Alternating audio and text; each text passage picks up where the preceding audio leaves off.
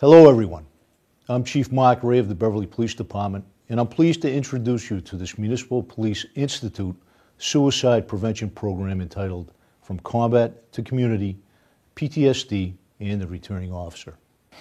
As a grateful nation, we look forward to welcoming our returning veterans back home and back on the job.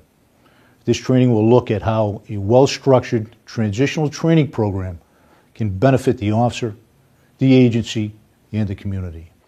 As a grateful nation, we look forward to welcoming our returning veterans back home and back on the job. This training will look at how a well-structured transitional training program can benefit the officer, the agency, and the community. As part of that training, we will examine the physical and mental issues that confront returning veterans and put those issues into proper perspective. Some of our veterans are returning from war with physical wounds and disabilities, while others may experience psychological injuries such as PTSD or post-traumatic stress disorder. Most officers return with no issues at all.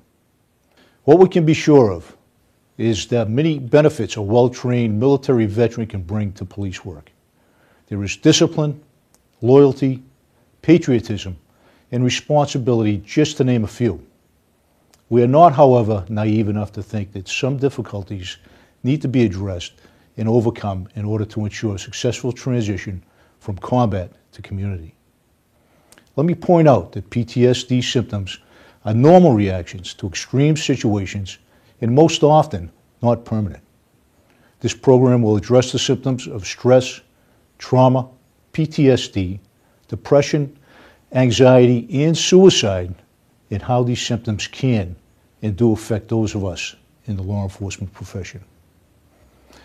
The Uniformed Services Employment and Reemployment Act of 1994 will be explained in Module 1. This federal act covers every person who has served in the military and applies to all employers in the public, private, and federal sectors in the United States.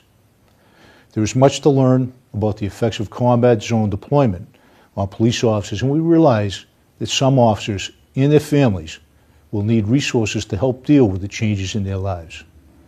Included in this training is a series of helpful guidelines and suggested protocols for administrators to assist in the development of a successful returning officer transition program.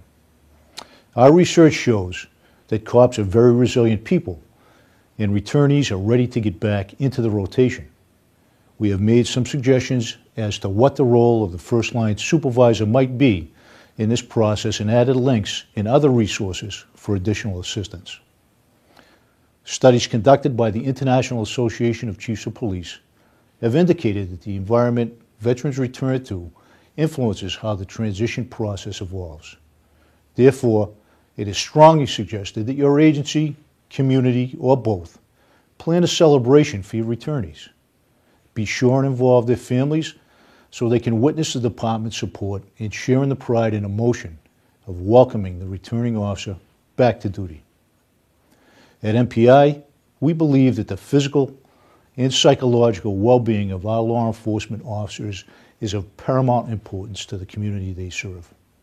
This program has been designed to assist both the officer and the agency in achieving that common ground. This contemporary training is meaningful and relevant to all police officers. So let's focus and begin.